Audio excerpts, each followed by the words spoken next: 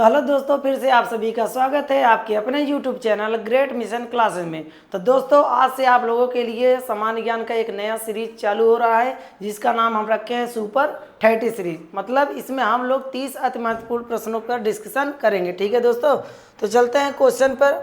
तो पहला क्वेश्चन आप लोग देख सकते हैं। पहला क्वेश्चन यहाँ पर दिया गया है कि किस स्मारक से गौतम बुद्ध ने दुनिया के लिए बौद्ध धर्म के अपने दिव्य ज्ञान का प्रचार किया था। ठीक है दोस्तों, ये क्वेश्चन दिया गया है कि गौतम बुद्ध ने किसके द्वारा अपने दिव्य ज्ञान का प्रचार प्रसार किया था। ऑप्शन नंबर ए देख सकते हैं, दिया है क्या हुमायूं का मकबरा। ऑप्शन नंबर बी दिया है महाबोधि मंदिर समूह। ऑप्शन नंबर सी दिया गया कुतुब मीनार।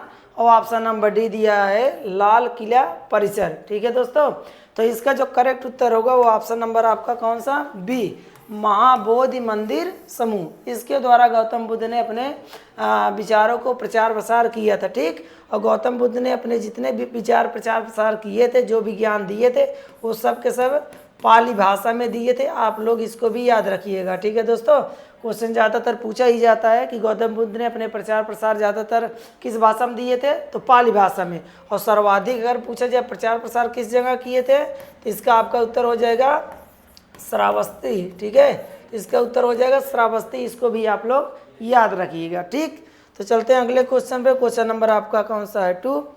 क्वेश्चन नंबर 2 आप लोग देख सकते हैं, यहाँ पर दिया गया है। क्वेश्चन नंबर 2, चंद्रगुप्त 322 से 298 ईसा पूर्व किस वंश का शासक था। तो क्वेश्चन बात कर रहा है कि चंद्रगुप्त जो मौर्य था वो किस वंश का शासक था। तो यहाँ पर आपका ऑप्शन नंबर ए मौर्य वंश, बी दिया है मेवाड़, सी आपका मुगल और डी आपका दिया है पेशावर या पेशवास दिया है। उसे पेशावर यहाँ पर होना चाहिए था। ठीक है, कोई बात नहीं। तो इसका जो करेक्ट उत्तर होगा ऑप्शन नंबर ए मौर्य वंश। तो चंद्रगुप्त मौर्य जो इसका कार्यकाल 322 से लेकर 298 ईसा पूर्व तक है, ये मौर्य वंश का शासक था। ठीक, इनके बारे में हम लोग कुछ डिटेल जानते हैं। चंद्रगुप्त मौर्य ये मौर्य वंश का प्रथम शासक होता है। इनके गुरु का नाम चाणक्य और इनका कौटिल्य, इनको कौटिल्य के नाम से भी जाना जाता था, और विष्णुगुप्त के नाम से भी इनको जाना जाता था। ठीक, और इनकी प्रमुख पुस्तक का नाम क्या था, अर्थशास्त्र। और अर्थशास्त्र पुस्तक से हमें मौर्य वंश की संपूर्ण जानकारी प्राप्त होती है। इसको भी आप लोग याद रखिएगा। ठीक, अगला अगर इसमें देखेंगे इंपॉर्टेंट प्रश्न, तो चंद्रगुप्त के मौर्य के अन्य नाम। तो अन्य नाम में देखेंगे तो इनका नाम क्या था, सेंड्रोकोटस। उसके बाद अगला एक था एंड्रोकोटस, और एक तीसरा नाम था पॉलीब्रोथस। ठीक है दोस्तों, आप लोग इतना एडवांस क्वेश्चन याद रखिएगा।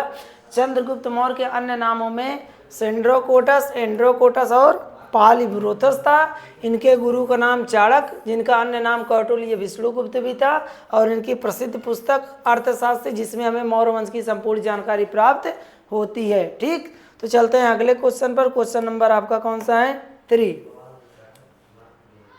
तो क्वेश्चन नंबर 3 की बात करें तो यहाँ आपको देख सकते हैं, दिया है किस भारतीय धर्म में 24 तीर्थकर हुए थे। ठीक, तो 24 तीर्थकर किस में हुए थे। ऑप्शन नंबर ए दिया जैन धर्म, बी आपका बौद्ध धर्म, सी आपका दिया हिंदू धर्म और डी आपका सिख धर्म। तो इस क्वेश्चन का जो करेक्ट उत्तर होगा आपका कौन सा होगा, जैन धर्म। ठीक है दोस्तों, और जैन धर्म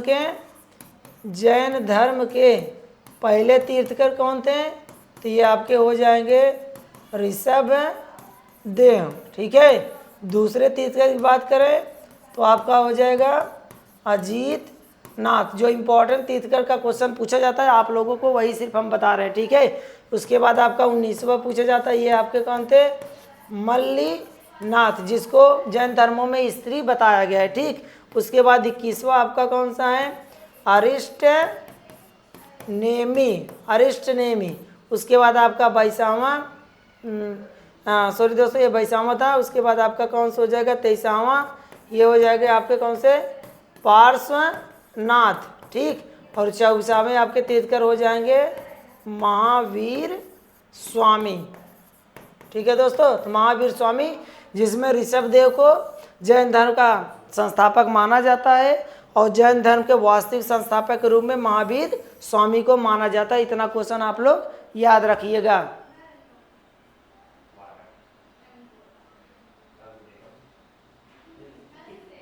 ठीक, चलते हैं अगले क्वेश्चन पर। क्वेश्चन नंबर आपका कौन सा है? 4। क्वेश्चन नंबर 4 की बात करें तो क्वेश्चन नंबर 4 आपका दिया गया है, चाणक्य को अन्य नामों से भी जाना जाता था। ठीक है, इसके पहले ही आप लोगों को बता चुके हैं, इनका जो दूसरा नाम था कौन था? कौटिल्य था या फिर विष्णुगुप्त था, या अगर आपका ऑप्शन में विष्णुगुप्त भी दिया होता तब भी आपका करेक्ट उत्तर हो जाता। ठीक, तो अगले क्वेश्चन में चलते हैं। क्वेश्चन नंबर आपका है 5।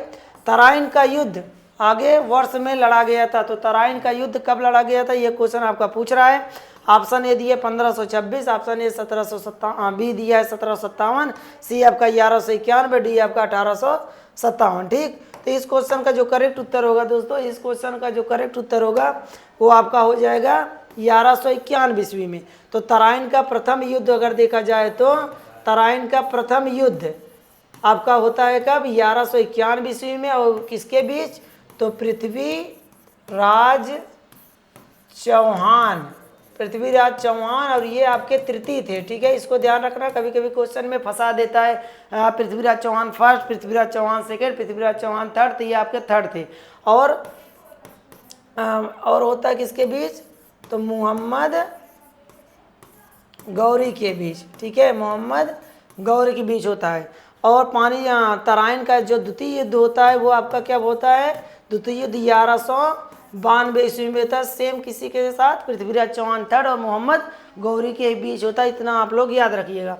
1526 यहाँ एक ऑप्शन दिया आपका, ये होता है आपका कौन सा?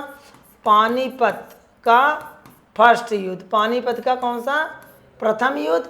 और 1757 में आपका कौन सा युद्ध होता है? तो प्लासी का युद्ध, प्लासी का युद्ध। और 1857 की क्या होती है? क्रांति होती है। इसको भी आप लोग इन सभी विकल्पों का उत्तर याद रखिएगा। ठीक है, क्योंकि ये सब के सब इम्पोर्टेंट प्रश्न है। ठीक, तो चलते हैं दोस्तों अगले क्वेश्चन पर। क्वेश्चन नंबर आपका कौन सा है? 6। क्वेश्चन नंबर 6 की बात किया जाए दोस्तों तो क्वेश्चन नंबर 6 पूछा है, भारतीय राष्ट्रीय कांग्रेस ने अपने किस सत्र में पूर्ण स्वराज को अपना विशिष्ट लक्ष्य घोषित किया? ठीक है, ये क्वेश्चन आपका पूछा गया है।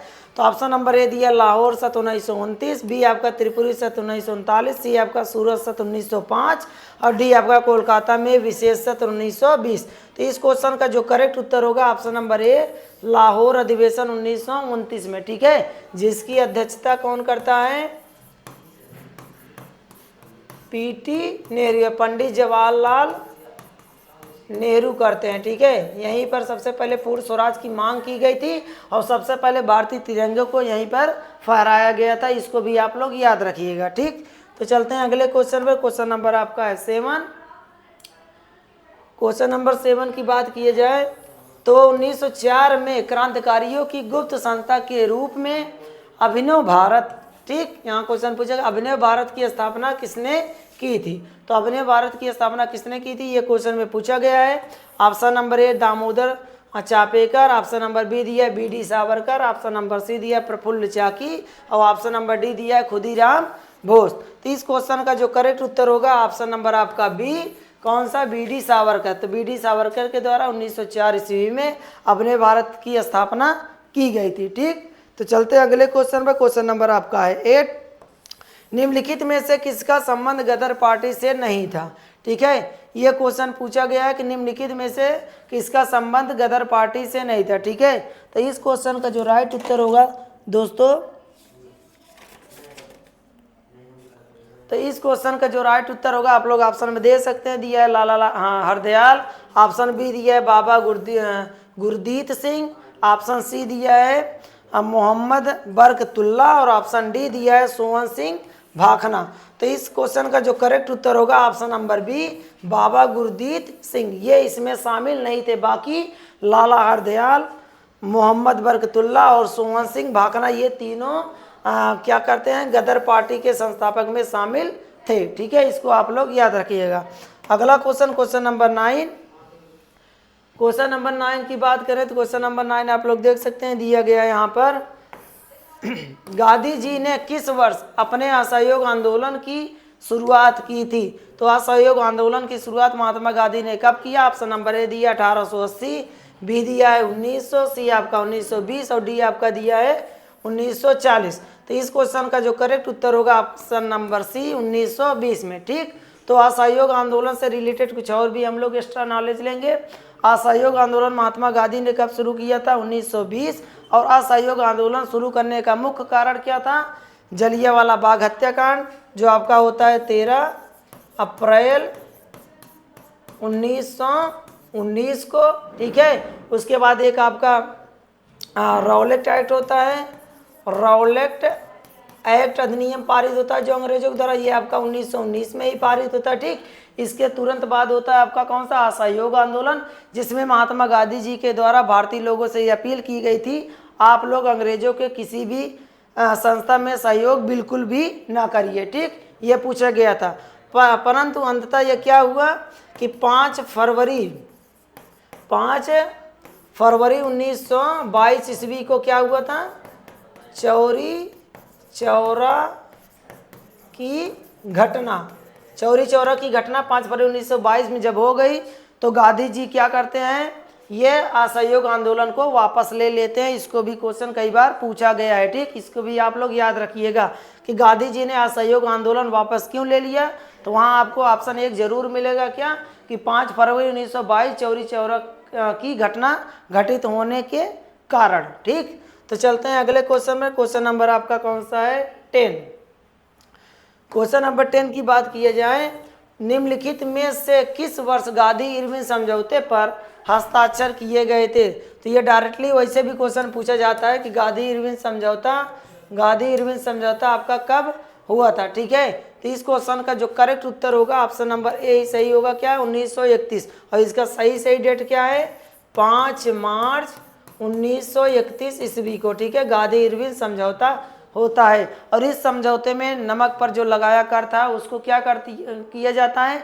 हटाया जाता है। और जितने भी भारतीय लोगों को पकड़ा गया था, जेल में बंद किया गया था, उसको भी लॉर्ड इरविन के माध्यम से क्या किया जाता? सबको छोड़ दिया जाता है। इस समझौते के माध्यम से यही हुआ था। ठीक, आप लोग इसको भी याद रखिएगा। अगला क्वेश्चन नंबर 11, इनमें से सबसे ठंडा ग्रह कौन सा है? तो इनमें से सबसे ठंडा ग्रह कौन सा है? ऑप्शन नंबर ए दिया यूरेनस, ऑप्शन नंबर बी शुक्र, ऑप्शन नंबर सी वरुण और ऑप्शन नंबर डी बृहस्पति। इस क्वेश्चन का जो राइट उत्तर होगा आपका कौन सा होगा? यूरेनस। ठीक है, इसको आप लोग याद रखिएगा। इसका उत्तर जो होगा कौन सा? यूरेनस होगा। ठीक है, अगले क्वेश्चन में चलते हैं। क्वेश्चन नंबर आपका है 12।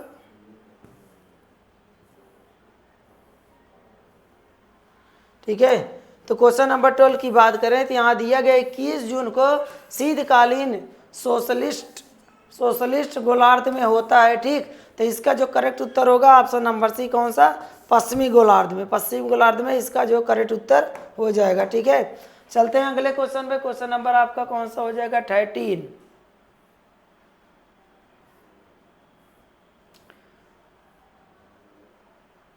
तो क्वेश्चन नंबर आपका आ जाएगा कौन सा? 13 जी, एकदम सही है। चलो देखते हैं क्वेश्चन नंबर 13, सुनामी नाम किसे दिया गया है? ठीक है, यह क्वेश्चन पूछा गया, सुनामी नाम किसे दिया गया है?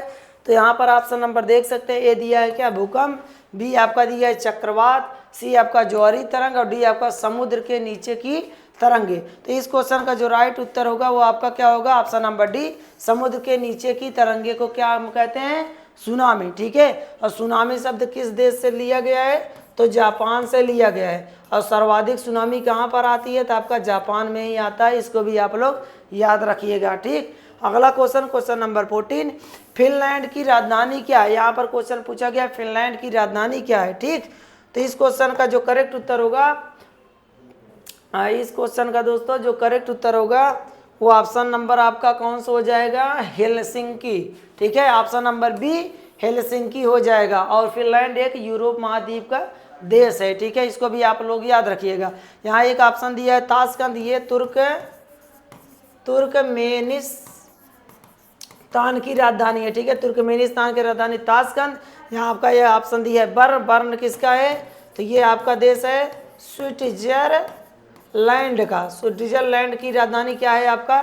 बर्न है। और डबलिन किसकी राजधानी है? तो ये आपका पड़ता है आयरलैंड की। आयरलैंड की राजधानी क्या होती है? डबलिन होती है। ठीक है दोस्तों, इसको भी आप लोग याद रखिएगा। ठीक, और ये जो चारों ऑप्शन आपका दिख रहा है, चारों देश और चारों देश की जो राजधानी है, ये सब के सब यूरोप महाद्वीप के देश है। ठीक है, यूरोप महाद्वीप के देश है। इसको भी आप लोग याद रखिएगा, क्योंकि क्वेश्चन पूछा जाता है कि कौन सा देश किस महाद्वीप में स्थित है। ठीक, अगला क्वेश्चन, क्वेश्चन नंबर आपका है 15, सुएज नहर किस देश में स्थित है? ठीक है, ये क्वेश्चन आपका पूछा गया है कि सुएज नहर किस देश में स्थित है। ठीक, तो इस क्वेश्चन का जो करेक्ट उत्तर होगा दोस्तों, आप लोग बता सकते हैं कमेंट में कि इसका करेक्ट उत्तर क्या होगा। यहाँ पर देख सकते हैं, ऑप्शन नंबर ए दिया है सूडान, ऑप्शन नंबर बी दिया है सऊदी अरब, ऑप्शन नंबर सी दिया है इजिप्ट, और ऑप्शन नंबर डी यहाँ पर दिया है क्या?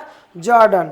ठीक है, तो इस क्वेश्चन का जो राइट उत्तर होगा दोस्तों, इस क्वेश्चन का जो राइट उत्तर होगा, आप लोग देख सकते हैं, इस क्वेश्चन का जो राइट उत्तर होगा ऑप्शन नंबर आपका सी होगा। कौन सा? इजिप्ट। ठीक है, इजिप्ट को दूसरी भाषा में हम लोग मिस्र देश भी कहते हैं। इसको भी आप लोग याद रखिएगा। इसको कौन सा देश कहते हैं? तो मिस्र देश कहते हैं। ठीक है दोस्तों, इसको भी आप रखिएगा। और इसकी जो राजधानी होती है, इसकी राजधानी, तो राजधानी आपकी क्या होती है? काहिरा होती है, काहिरा। ठीक है, इसको भी आप लोग याद रखिएगा। और नील, जो नील नदी है, विश्व की सबसे क्या है? नील नदी सबसे लंबी नदी है, विश्व की सबसे लंबी नदी नील नदी है। इसी को क्या कहते हैं? मिस्र को इसका वरदान कहा जाता है। नील नदी का वरदान किसे कहा जाता है? तो मिस्र को कहा जाता है। इसको भी आप लोग याद रखिएगा।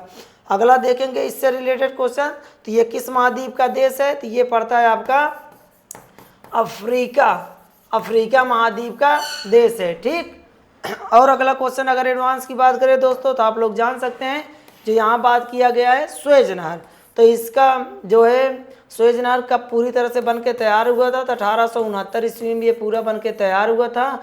और सुएज नहर लाल सागर और भूमध्य सागर, लाल सागर और क्या? भूमध्य सागर को मिलाकर बनाया गया है। इसको भी आप लोग याद रखिएगा। इसके अलावा इससे और भी एडवांस क्वेश्चन बनता है कि सुएज नहर के बन जाने से एशिया महाद्वीप, एशिया और आपका कौन सा महाद्वीप? यूरोप, इन दोनों की बीच की दूरी कितने किलोमीटर लगभग कम हो गई? तो इसका करेक्ट उत्तर आपका होगा कितना? 7000 किलोमीटर। इसको भी आप लोग याद रखिएगा। ये क्वेश्चन PCS 2019 में, ROA 2021 में भी पूछा गया है कि सुएज नहर के खुल जाने से एशिया और यूरोप महाद्वीप की दूरी कितने किलोमीटर कम हो गई? तो लगभग 7000 किलोमीटर। और सुएज नहर किन दो सागरों को जोड़ता है? तो लाल सागर और भूमध्य सागर। ये बन के कब तैयार हुआ? तो 1869 ईस्वी में। ठीक है, इतना आप लोग फैक्ट याद रखिएगा।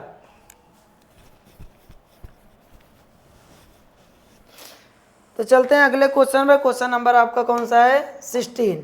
ठीक है,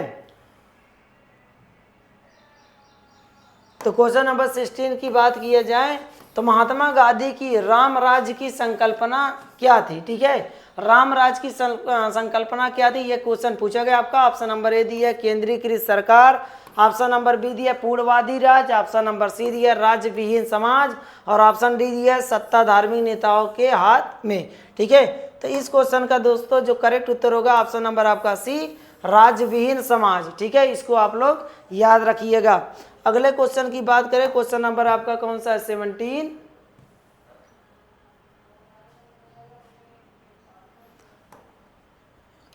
क्वेश्चन नंबर 17 की बात करें, वृहद अर्थशास्त्र शब्द का प्रयोग किसने किया था? ये क्वेश्चन आपका पूछा गया है। ऑप्शन नंबर ए दिया JS केन्स ने, ऑप्शन नंबर बी दिया है रागनेर फ्रिस्क ने, ऑप्शन नंबर सी दिया रागनेर यून्स्क ने, या फिर ऑप्शन नंबर डी दिया प्रो नाइट ने। तो इस क्वेश्चन का जो राइट उत्तर होगा ऑप्शन नंबर बी, रागनेर फ्रिक्स ने। ठीक है, इसको आप लोग याद रखिएगा। अगला क्वेश्चन, क्वेश्चन नंबर आपका है 18। क्वेश्चन नंबर 18 की बात करें, पूरा तो आप लोगों को दिख नहीं रहा होगा, क्वेश्चन ऊपर करने दीजिए थोड़ा सा। हाँ, अब सही है।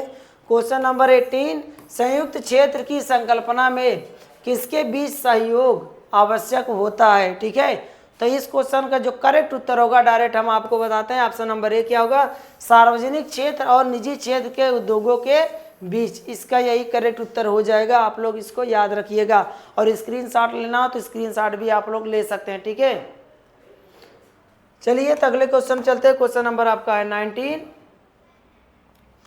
क्वेश्चन नंबर 19 की बात किया जाए तो भारतीय अर्थव्यवस्था का वैश्वीकरण क्या प्रदर्शित करता है। ठीक है, ये क्वेश्चन आपका पूछा गया है। ठीक, तो ऑप्शन नंबर ए आप लोग देख सकते हैं दिया है, बाह्य ऋण में वृद्धि। ऑप्शन नंबर बी, दूसरे देशों के साथ आर्थिक संबंध में कम से कम हस्तक्षेप करना। ऑप्शन नंबर सी, विदेश में नया व्यापार शुरू करना।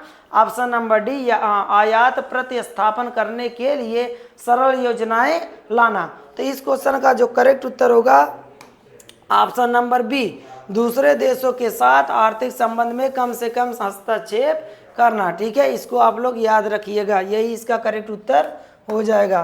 तो चलिए क्वेश्चन नंबर अगला देखते हैं 20।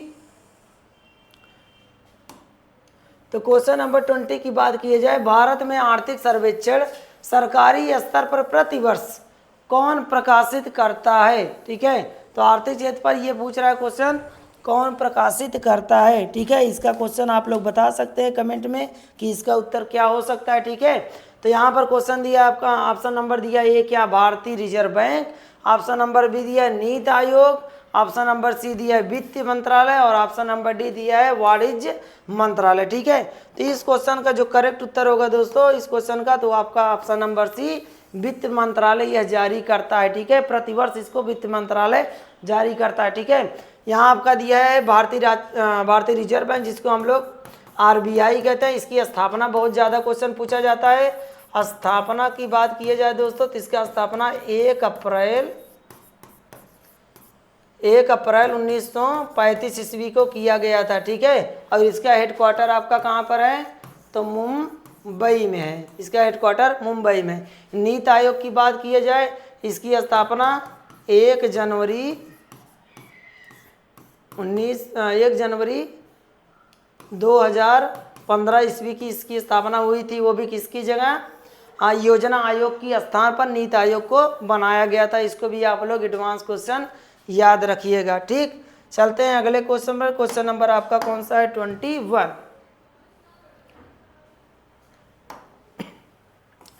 21 की बात करें तो इसमें दिया है, इनमें से कौन एक वस्तु की मांग में वृद्धि का कारण होगा। ठीक है, तो इनमें से कौन एक वस्तु की मांग में वृद्धि का कारण होगा। यह क्वेश्चन आपका इकोनॉमिक्स से पूछा गया है। ठीक है दोस्तों, और क्वेश्चन आपका अच्छा भी है और आता भी है ज़्यादातर। ठीक है, तो यहाँ पर देख सकते हैं ऑप्शन नंबर ए दिया, आय में वृद्धि यदि वह वस्तु निम्न स्तर की वस्तु है। ऑप्शन नंबर बी दिया, वस्तु की कीमत में कमी। ऑप्शन नंबर सी दिया, आमदनी में कमी यदि वस्तु एक सामान्य वस्तु है। ऑप्शन नंबर डी, इसकी स्थापन क्या दिया, स्थानपन, यहाँ पर थोड़ा मिसप्रिंट होगा, स्थानपन वस्तु की कीमत में वृद्धि। ठीक है, तो इस क्वेश्चन का जो करेक्ट उत्तर होगा ऑप्शन नंबर आपका डी हो जाएगा। इसको आप लोग याद रखिएगा। ठीक, अगले क्वेश्चन चलते हैं। क्वेश्चन नंबर आपका 22 है। तो 22 की बात करें, यहाँ आपका पूछा गया है, भारतीय संविधान में कितनी अनुसूचियाँ हैं। ठीक है, तो भारतीय संविधान में कितनी अनुसूचियाँ, ऑप्शन नंबर ए दिया है 6, ऑप्शन नंबर बी दिया है 12 और सी दिया है 18 और डी आपका दिया है 24। तो इस क्वेश्चन का जो करेक्ट उत्तर होगा, अनुसूची की बात किया है ना दोस्तों, तो अनुसूची आपका कितना है इस समय, 12। ठीक है, वर्तमान समय में अनुसूची की संख्या 12 है और जिस समय संविधान बन के तैयार हुआ था उस समय आपका कौन सी अनुसूची था, तो टोटल 8 अनुसूची था। ठीक है, तो यहाँ पर थोड़ा हम डिटेल में इसके बारे में बता देते हैं क्योंकि इसका क्वेश्चन सभी एग्जामों में लगभग पूछा जाता है। तो प्रारंभ में इसमें कुल कितने अनुसूची थे दोस्तों, तो 8 थे। बाद में 9वीं अनुसूची आपका जुड़ा था कौन सा, भूमि अधिग्रहण। भूमि अधिग्रहण को जोड़ा गया तो वो भी कैसे, प्रथम संविधान संशोधन के द्वारा। ये क्वेश्चन आपका बहुत पूछा गया है कि प्रथम संविधान संशोधन किससे संबंधित है, तो आप ये आपका उत्तर होगा कौन सा, भूमि अधिग्रहण अनुसूची 9।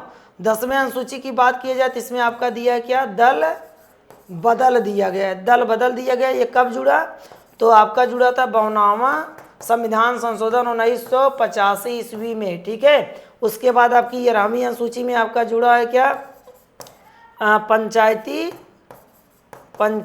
राज। और ये कब जुड़ा, 73वां संविधान संशोधन 1993 में, ठीक है। उसके बाद आपका आता है 12वीं अनुसूची, इसमें आपका है नगर पालिका। ये कब आपका जुड़ा, तो 74वां संविधान संशोधन 1993 में, ठीक है। इसको आप लोग याद रखिएगा। पहले आपका 8 अनुसूची था, बाद में आपका 9वां अनुसूची भूमि अधिग्रहण जुड़ा, 10वां अनुसूची आपका दल बदल, 52वां संविधान संशोधन 1985 में जुड़ा, 11वां जो है आपका जुड़ा है कब, पंचायती राज, 73वां संविधान संशोधन 1993 में, और 12वां अनुसूची नगर पालिका जो 74वां संविधान संशोधन 1993 के द्वारा जोड़ा गया था, ठीक। इतना आप लोगों का एकदम से क्लियर है। अगर कोई दिक्कत हो तो आप लोग कमेंट में पूछ सकते हैं, ठीक। तो चलते हैं अगले क्वेश्चन में। क्वेश्चन नंबर आपका कौन सा है, 23।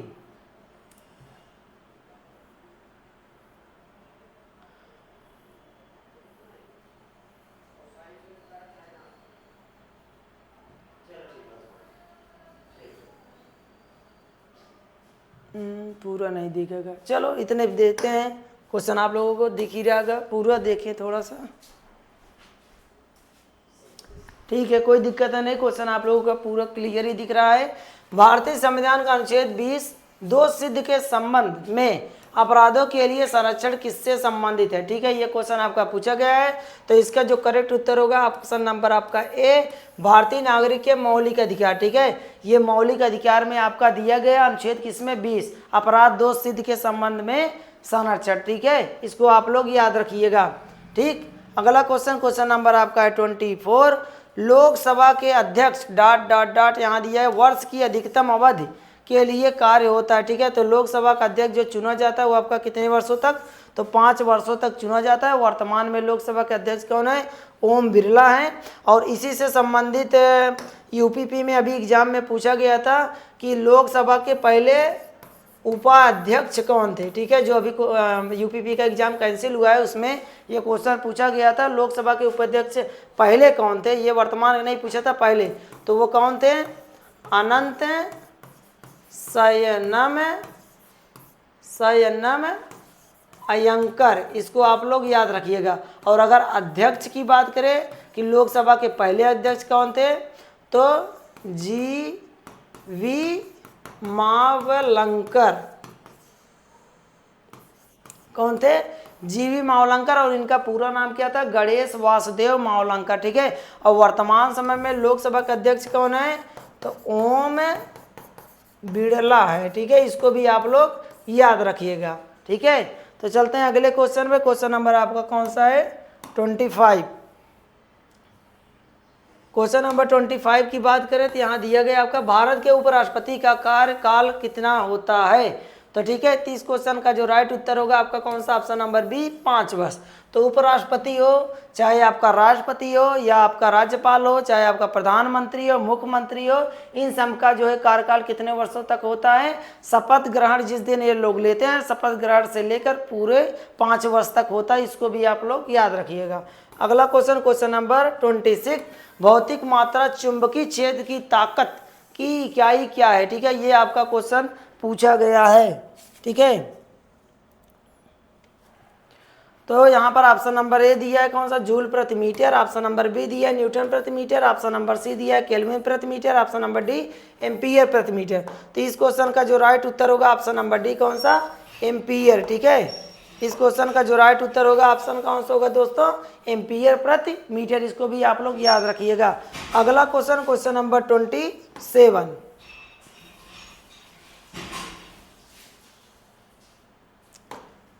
तो 27 की बात की जाए, 1 नैनोमीटर मीटर के तुल्य होता है, ठीक है। 1 नैनोमीटर बराबर आपका क्या होता है, 10 की पावर -9, ठीक है। 10 की पावर -9 को क्या कहते हैं, नैनोमीटर।